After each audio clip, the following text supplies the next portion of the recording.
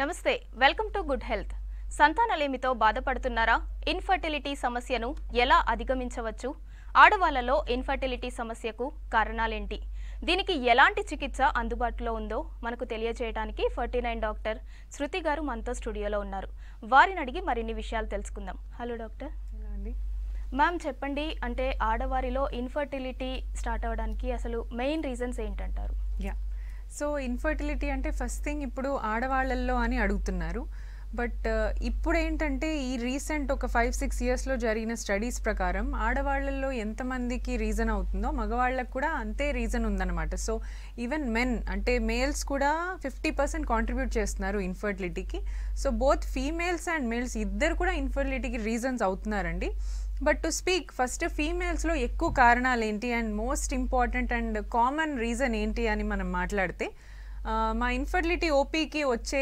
చాలామంది పేషెంట్స్లో ఒక 70 to 80% వాళ్ళు ఇబ్బంది పడుతున్న ప్రాబ్లం వచ్చేసి పీసీఓడి అండి సో పీసీఓడి ఆర్ పీసీఓఎస్ రెండు ఒకటేనండి పీసీఓడి అన్నా పీసీఓఎస్ అన్నా అండ్ నీటి బుడగల సమస్య ఇది అంతా కూడా సినోనిమ్స్ అన్నమాట సో ఇది మ్యాక్సిమం 70 to 80% ఆఫ్ ద విమెన్లో ఇదే రీజన్ అవుతుందన్నమాట సో దీంతో ఏమనుకుంటారు అందరూ ఇర్రెగ్యులర్ పీరియడ్స్ ఉంటాయేమో అండ్ కొద్దిగా పింపుల్స్ రావటము అన్వాంటెడ్ హెయిర్ గ్రోత్ ఇలాంటివన్నీ కామన్ సిమ్టమ్స్ అనమాట పీసీఓఎస్కి సో ఓన్లీ ఇర్రెగ్యులర్ పీరియడ్స్ కదా పీరియడ్స్ సెట్ అయిపోతే మళ్ళీ ప్రెగ్నెన్సీ ప్లాన్ చేసుకోవచ్చు అని ఒక మిత్లో ఉంటారు బట్ పీసీఓడిని ఒకవేళ మనం ఎర్లీ స్టేజెస్లో డిటెక్ట్ చేయకపోయినా లేదా వాళ్ళు నెగ్లెక్ట్ చేసి మనం మ్యారేజ్ తర్వాత దాని గురించి ఆలోచిద్దాంలే అని థాట్లో ఉంటే కనుక this may lead to infertility కూడా ఎందుకు అంటే పీసీఓడి వాళ్ళకి ఎగ్ విడుదల అయ్యే ప్రాసెస్ ఏదైతే ఉంటుందో అది చాలా స్లోగా అండ్ వెరీ రెసిస్టెంట్గా ఉంటుందన్నమాట సో ఎగ్ విడుదల నార్మలీ 14th-15th డేకి జరగాలి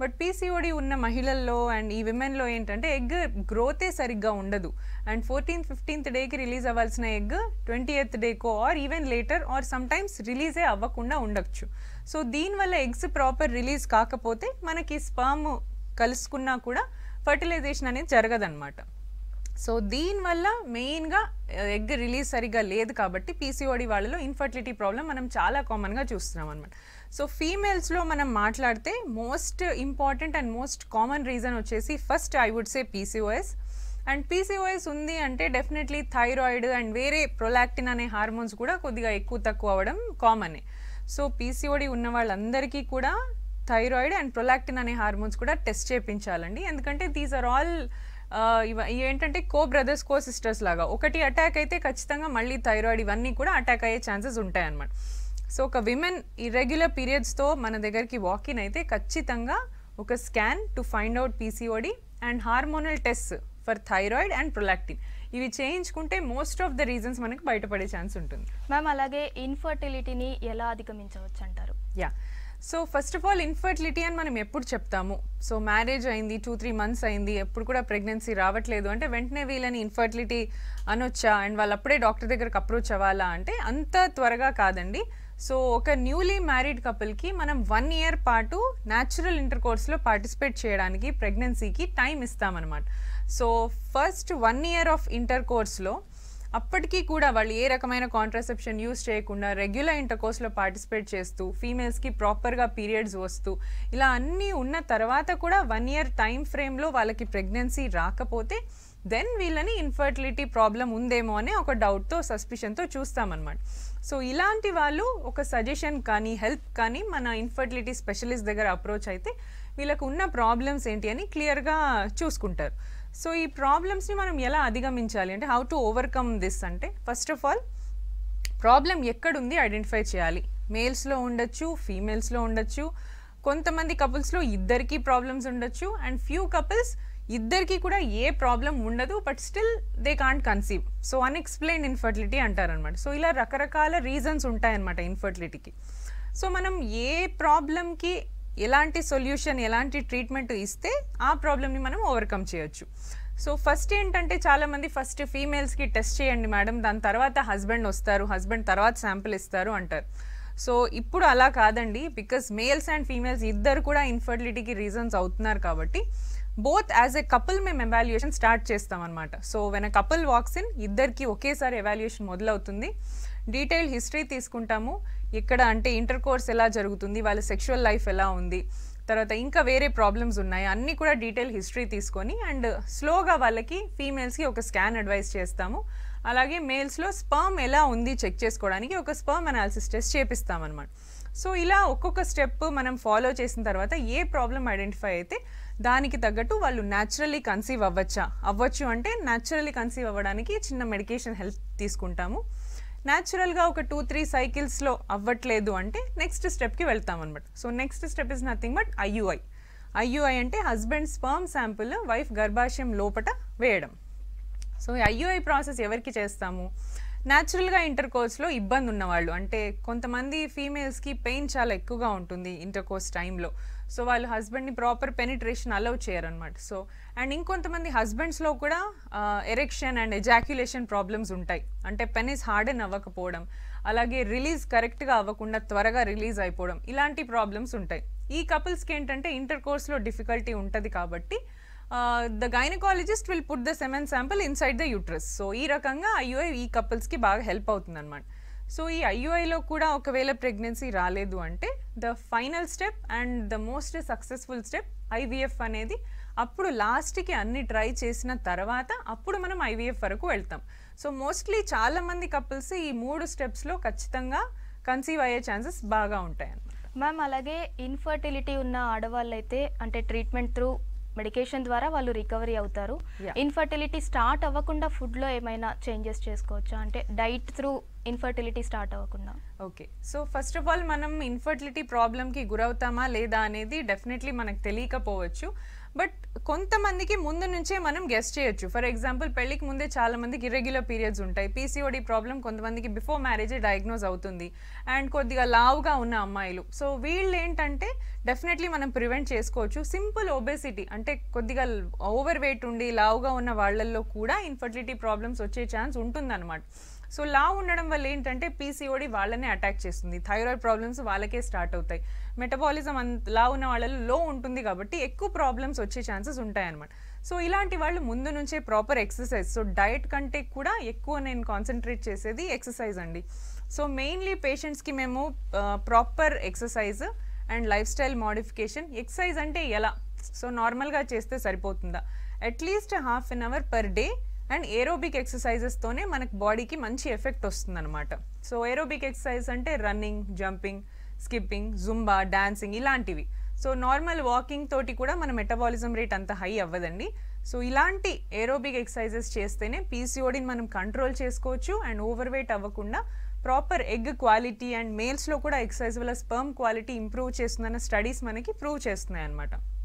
సో ప్రాపర్ ఎక్సర్సైజ్ అండ్ డైట్లో కూడా ప్రెగ్నెన్సీకి ప్లాన్ చేసేవాళ్ళు ఎక్కువగా డ్రై ఫ్రూట్స్ తీసుకోవడము and omega-3 rich fatty acids ఉన్న ఫుడ్, అంటే ఫిష్ ఈజ్ వెరీ గుడ్ అనమాట.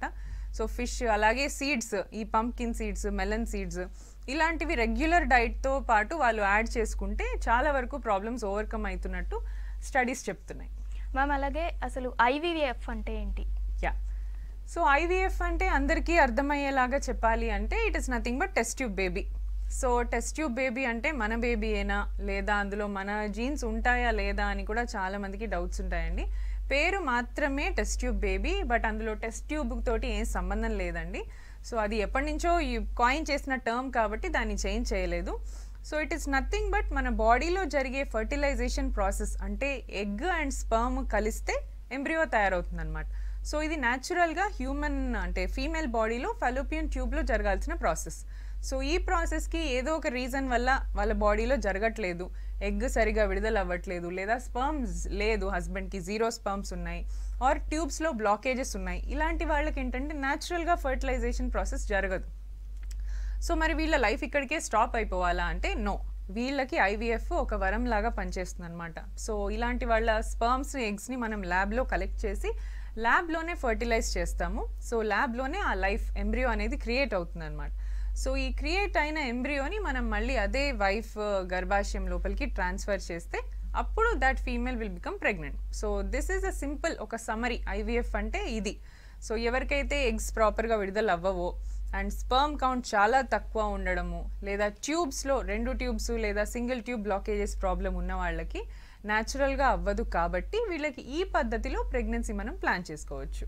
మ్యామ్ అలాగే ఇన్ఫర్టిలిటీ ప్రాబ్లం ఉన్న ప్రతి ఒక్కరికి ఐవీఎఫ్ ట్రీట్మెంట్ అవసరం అంటారా, లేదంటే ఒక పర్టిక్యులర్ పేషెంట్కి మాత్రమే, అంటే ఎలాంటి వారికి ఐవీఎఫ్ ట్రీట్మెంట్ అవసరం అంటారా? So based on the problem అండి. సో ఐవీఎఫ్ డెఫినెట్లీ మన దగ్గరికి వచ్చిన ప్రతి వాళ్ళకి ఆర్ ఇమీడియట్గా వచ్చినప్పుడే మేము సజెస్ట్ చేయమండి. ప్రాబ్లం ఒకవేళ పెద్దగా ప్రాబ్లం లేదు కపుల్లో, just maybe anxiety issue or stress issues వల్ల వాళ్ళకి అవ్వట్లేదు, ఆర్ చిన్న చిన్న ప్రాబ్లమ్స్ అంటే కొద్దిగా ఓవర్ వెయిట్ ఉండడము లేదా థైరాయిడ్ ప్రాబ్లం ఉండడము, ఇలాంటివి ఏంటంటే మెడికేషన్స్ త్రూ మనం మేనేజ్ చేయొచ్చు. సో హస్బెండ్ స్పర్మ్ కౌంట్ కూడా నార్మలీ 15 మిలియన్స్ ఉండాలండి. ఒక 12 మిలియన్స్ 13 మిలియన్స్ అలా ఉన్నా మనం మెడికేషన్ త్రూ మేనేజ్ చేసి న్యాచురల్గా వీళ్ళకి ప్లాన్ చేయొచ్చు. ఒక 3 to 4 మంత్స్ న్యాచురల్ సైకిల్సే మనం మెడికేషన్స్తో పాటు స్కాన్స్తో ఫాలో చేస్తూ ట్రాక్ చేయొచ్చు అనమాట. బట్ ఇంకొంతమందికి ఏంటంటే న్యాచురల్గా సరిపోదు sperm count if it is less than 5 millions, so 5 millions కంటే కూడా తక్కువ ఉండి, లేదా కొంతమందికి 0 స్పర్మ్ కౌంట్ ఉండడము, కొంతమందికి బైలేటరల్ ట్యూబల్ బ్లాక్స్ అంటే ట్యూబ్లో బ్లాకేజెస్ ఏర్పడము, ఇట్లాంటి ప్రాబ్లమ్స్ ఎవరికైనా ఉంటే, అండ్ లేదా మ్యారేజ్ అయ్యి 10 సంవత్సరాలు 15 సంవత్సరాలు అయింది, అన్ని టెక్నిక్స్ ట్రై చేసాము అవ్వట్లేదు, ఇలాంటి వాళ్ళకి మాత్రమే లాస్ట్ అండ్ బెస్ట్ రిసార్ట్ లాగా ఐవీఎఫ్ సజెస్ట్ చేస్తామండి. ఎందుకు అంటే most successful procedure in infertility. So ఇప్పుడు ఉన్న అన్ని ప్రొసీజర్స్లో ది హైయెస్ట్ సక్సెస్ రేట్ ఉన్న టెక్నిక్ వచ్చేసి ఐవీఎఫ్ ఇక్సీ. సో ఈ పద్ధతి ద్వారా న్యాచురల్గా అవ్వని వాళ్ళు కూడా చాలామంది కన్సీవ్ అవుతున్నారు, అండ్ ఇంకా కూడా సక్సెస్ రేట్ ఇంప్రూవ్ అవుతుంది. ఇందులో కూడా అడ్వాన్స్మెంట్స్ ఇంకా వచ్చాయండి. So not everybody is for IVF, only few people me doctor చూసి ఐడెంటిఫై చేసి అప్పుడు మీకు సజెస్ట్ చేస్తారు. మ్యామ్ అలాగే ఐవీఎఫ్ ట్రీట్మెంట్ ప్రాసెస్ ఎలా ఉంటుంది? సో ట్రీట్మెంట్లో పెద్దగా మీరు బెడ్ రెస్ట్ కానీ లేదా హాస్పిటల్లో అడ్మిట్ అవ్వడము ఇలాంటివి అన్నీ అవసరం ఉండదండి. All infertility procedures are day care, అంటే పొద్దున వచ్చి సాయంత్రం ఇంటికి వెళ్ళిపోయేటట్టు ఉంటాయి.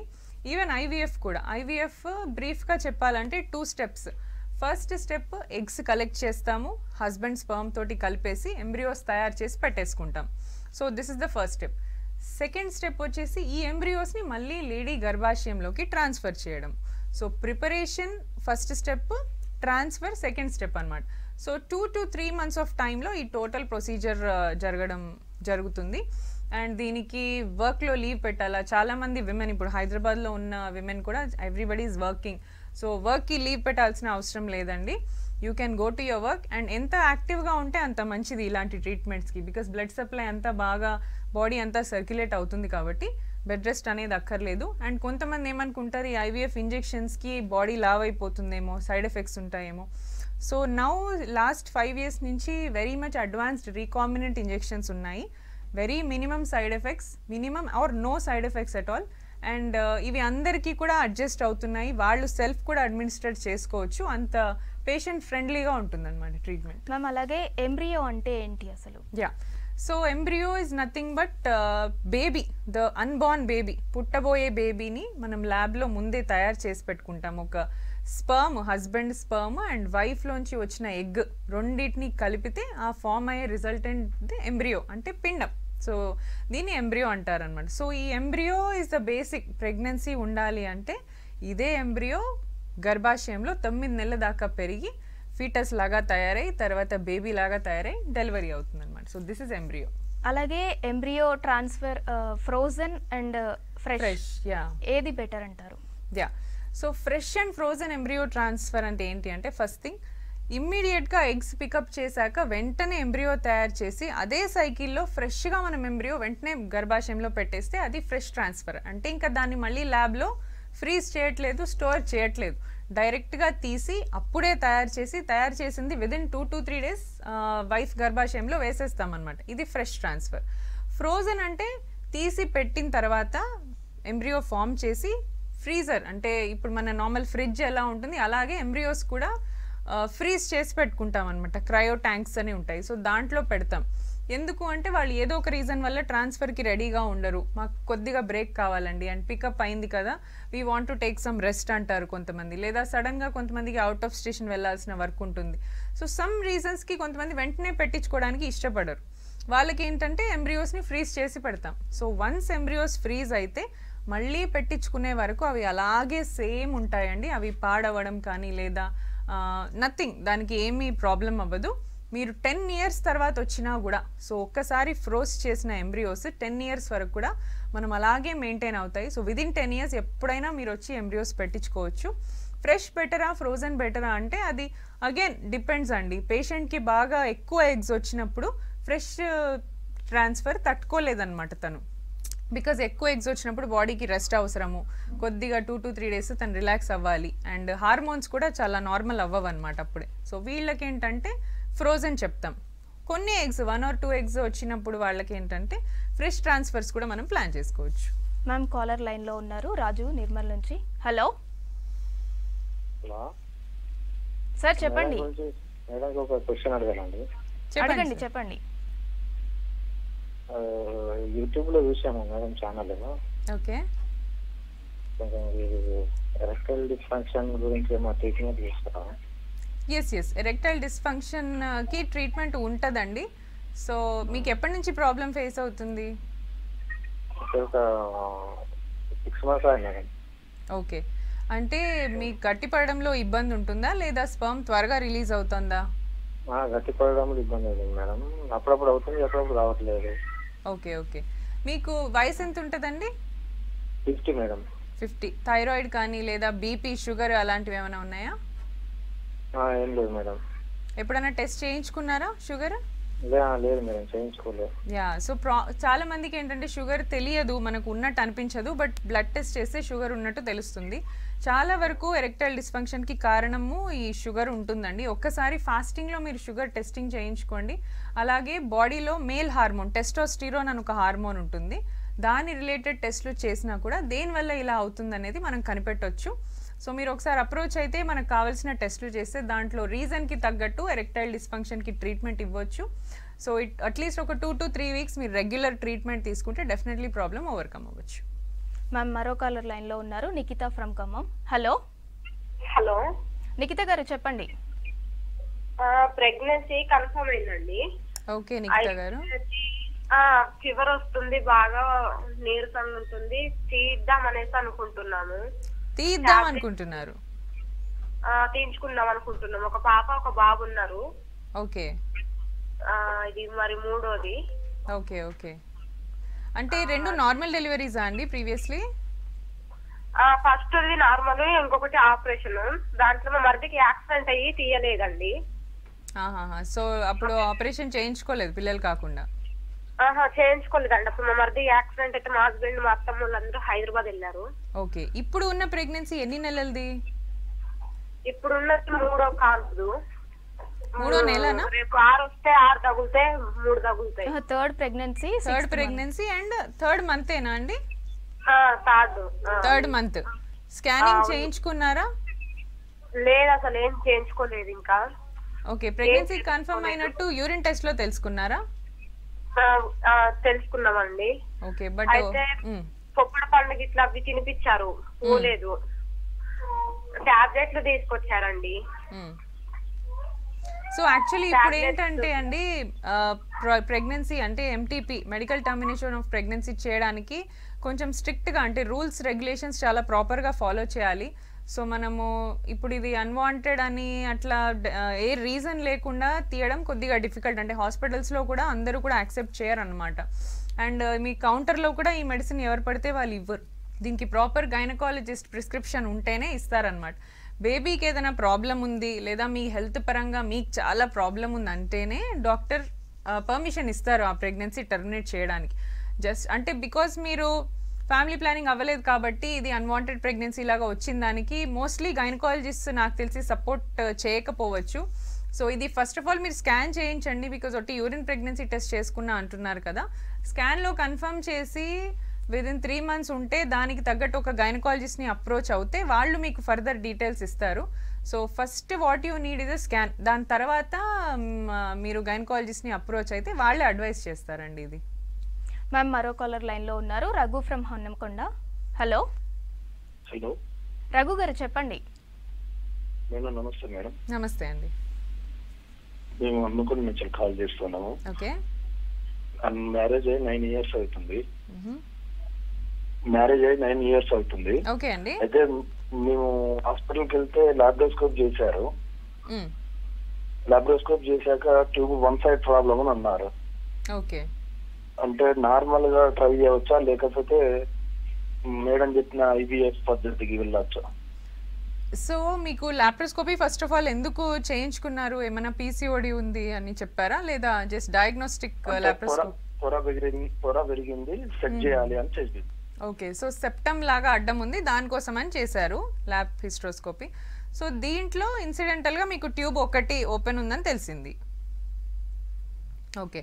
సో సింగిల్ ట్యూబ్ ఓపెన్ ఉంది అండ్ 9 years ఆఫ్ మ్యారేజ్ అంటున్నారు అండ్ ప్రాబ్లీ 9 yearsలో మీరు అన్ని ట్రీట్మెంట్స్ తీసుకునే ఉండొచ్చు. సింగిల్ ట్యూబ్ ఉన్నప్పుడు ఇంకా ఎక్కువ కాలం వెయిట్ చేయడం కంటే ఒకసారి IVF పద్ధతి గురించి తెలుసుకోండి. బికాజ్ ఏజ్ కూడా చాలా ఇంపార్టెంట్. ఒకసారి వైఫ్ కనుక 32, 33 దాటింది అంటే IVFలో కూడా సక్సెస్ రేట్ డ్రాప్ అవుతూ ఉంటుందన్నమాట. సో సింగిల్ ట్యూబ్ తోటి కొంచెం వస్తుంది డెఫినెట్లీ న్యాచురల్గా, బట్ 9 years అయింది మనకి ఇంకా రాలేదు అంటే definitely there is some other problem also. So IVF treatment I would suggest. So ఒకసారి వెళ్ళి అప్రోచ్ అయ్యి స్కాన్ అవన్నీ చేయించుకొని IVF స్టార్ట్ చేసుకుంటే బెటర్ అండి. మ్యామ్ మరో కాలర్ లైన్లో ఉన్నారు, మమత గారు హైదరాబాద్ నుంచి. హలో. హలో అండి, నమస్తే అండి. నమస్తే అండి, చెప్పండి, డాక్టర్ గారు ఉన్నారు, మాట్లాడండి. Madam good afternoon madam. Good afternoon madam, నాకు మా సార్కి చూపించామండి. అయితే నాకు మంచిగా ఉందన్నారు మేడం. అయితే మా సార్కి స్పర్మ్ కౌంట్ తక్కువ ఉందన్నారు మేడం. 9 వరకు ఉంది. ఫస్ట్ చెక్ చేసినప్పుడు 7 ఉండే. తర్వాతకి మళ్ళీ మెడిసిన్ రాసి ఇచ్చిన తర్వాత 9% అని వచ్చింది మేడం. అయితే ఆ మేడం గారేమో IVF కి వెళ్ళండి అమ్మా అని అనేసి అని చెప్పారు మేడం. కాకపోతే నాకు కొద్దిగా భయం అయితే ఆగాను మేడం. కొద్దిగా ఏదన్నా చెప్తారా మేడం? ఓకే. సో యా, మీరు అడిగిన డౌట్ క్లియర్గానే అర్థమైంది నాకు. 7 million ఉంది, మంచిగా మెడిసిన్స్ యూస్ చేసిన తర్వాత 9 million వచ్చింది అన్నారు. 9 millionsకి మీరు IUI అంటే చిన్న పద్ధతి అంటారు, ఇది IVF కాదు, దానికి ముందు చేసే ప్రొసీజర్ ఒకటి. సో IUI ప్రొసీజర్ గురించి ఒక్కసారి తెలుసుకోండి. 9 millionsకి IUI సక్సెస్ అయిన కపుల్స్ చాలామంది కూడా ఉన్నారు. అండ్ ఈ ల్యాబ్లో మీరు స్పర్మ్ టెస్ట్ ఏదైతే చేయించారో అది ఒక ప్రాపర్ ల్యాబ్ అయితేనే ఆ కౌంట్ మనం వ్యాలిడ్ తీసుకోవచ్చండి. IVF ల్యాబ్లో అక్కడ చేయిస్తేనే ఆ కౌంట్ మనం వ్యాలిడ్ ఉంటుంది అనమాట. నార్మల్ ల్యాబ్స్లో ఒక్కొక్కసారి ఆ కౌంట్ కరెక్ట్గా ఉండకపోవచ్చు. సో ఒకసారి మళ్ళీ టెస్ట్ రిపీట్ చేయండి. 9 millions ఉంది అంటే డెఫినెట్లీ మీరు IVF దాకా వెళ్ళాల్సిన అవసరం ఇంకా లేదు. IUI 1 or 2 cycles మీరు ట్రై చేయొచ్చు, దాని తర్వాత IVF ప్లాన్ చేయొచ్చు. మ్యామ్ మరో కాలర్ లైన్లో ఉన్నారు, రామలక్ష్మి గారు వైజాగ్ నుంచి. హలో. హలో. హలో రామలక్ష్మి గారు. చెప్పండి. డాక్టర్ గారు ఉన్నారు, మాట్లాడండి. రామలక్ష్మి గారు చెప్పండి, మీ ప్రాబ్లం చెప్పండి, డాక్టర్ గారు ఉన్నారు. నాకు చిన్న డౌట్ ఉంది మేడం, అందుకనే కాల్ చేశాను. చెప్పండి. నాకు ముందు పాప బాబు ఇద్దరు పుట్టారు. ఇద్దరు పిల్లలు నాకు. ఫస్ట్ సిజరీన్ అయింది, ఫస్ట్ సిజరీన్, సెకండ్ కూడా సిజరీన్ అయింది. ఓకే. అయితే పాప అనుకోకుండా యాక్సిడెంట్ గా చనిపోయింది. ఆ పాపకి 6 years కి చనిపోయింది పాప. ఓకే. మరి ఇప్పుడు నేను ఏం చేస్తే బాగుంటుందని కనుక్కోవడానికి ఫోన్ చేస్తాను. ఫ్యామిలీ ప్లానింగ్ అయిపోయిందా అండి? బాబుతోనే ఆపరేషన్ చేసేటప్పుడు ఫ్యామిలీ ప్లానింగ్ కూడా చేసేస్తుంది. Okay. Okay. So family planning అయిపోయిన వాళ్ళు మళ్ళీ ప్రెగ్నెన్సీ కావాలి అంటే న్యాచురల్గా అయ్యే ఛాన్స్ అయితే ఉండదు. బికాజ్ ఫ్యామిలీ ప్లానింగ్ ఆపరేషన్ అంటేనే మీకు ఇంకా కాకుండా చేశారని మీనింగ్. సో ఇలాంటి వాళ్ళు కూడా కన్సీవ్ అవ్వాలి అంటే IVF త్రూ డెఫినెట్లీ మీకు మంచి ఛాన్స్ ఉంటుంది. ఎందుకంటే ఆల్రెడీ మీకు 2 pregnancies న్యాచురల్గా వచ్చాయి కాబట్టి IVFలో కూడా మీకు సక్సెస్ రేట్ చాలా బాగుంటుంది. మీరు ఏజ్ కనుక బిట్వీన్ 30 to 35 ఉన్నారు అంటే ఖచ్చితంగా వెంటనే IVFకి అప్రోచ్ అవ్వండి, ప్రెగ్నెన్సీ ప్లాన్ చేసుకోవచ్చు. మ్యామ్ అలాగే before IVF and after IVF ఎలాంటి ప్రికాషన్స్ తీసుకోవాలి పేషెంట్? యా, ఓన్లీ థింగ్ అండి, పెద్దగా ప్రికాషన్స్ ఏం అవసరం లేదు. స్టే ఫిట్గా ఉండండి, ప్రాపర్ డైట్ తీసుకోండి అండ్ ఎక్సర్సైజ్ చేయండి. ఇది చేస్తే సరిపోతుంది. అండ్ డాక్టర్ చెప్పిన ట్రీట్మెంట్స్ హార్మోనల్ ట్రీట్మెంట్స్ ఉంటాయి కాబట్టి మనం ఒకరోజు వేసుకోకుండా ఉంటే హార్మోన్స్ అంతా డిస్టర్బ్ అవుతాయి అన్నమాట. సో ట్రీట్మెంట్ చెప్పినట్టుగా మీరు యాజ్ ఇట్ ఈస్ ఫాలో అయ్యి ఫిట్నెస్ మెయింటైన్ చేస్తే సరిపోతుంది. ఎక్స్ట్రా ప్రికాషన్స్ ఏమీ అవసరం లేదు. అండ్ ఎంబ్రియో ట్రాన్స్ఫర్ తర్వాత, సో IVF చేసిన తర్వాత ఎంబ్రియోస్ వేసిన తర్వాత కూడా మీరు వర్క్ చేసుకోవచ్చు. బెడ్ రెస్ట్గా ఉండాలి అట్లా ఏం లేదు. ఎంత యాక్టివ్గా ఉంటే అంత మంచిది త్రూ అవుట్ ద ప్రొసీజర్ కూడా. Proper sleep, no stress and ఏ డౌట్స్ ఉన్నా కూడా ఏ మాత్రం సెల్ఫ్ మెడికేషన్ అంటే ఓన్గా మెడికేషన్ తీసుకోకుండా ఏ చిన్న డౌట్ ఉన్నా డాక్టర్ గారిని అడిగి మాత్రమే సలహా తీసుకొని అప్పుడు మెడిసిన్ ఫాలో చేయండి.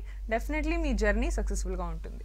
మ్యామ్ మా వ్యూవర్స్ కోసం వాళ్ళకి ఇవన్నీ డౌట్స్ అన్ని ఎక్స్ప్లెయిన్ చేసినందుకు థ్యాంక్ యూ సో మచ్. ఇది ఇవాల్టి గుడ్ హెల్త్. Stay tuned.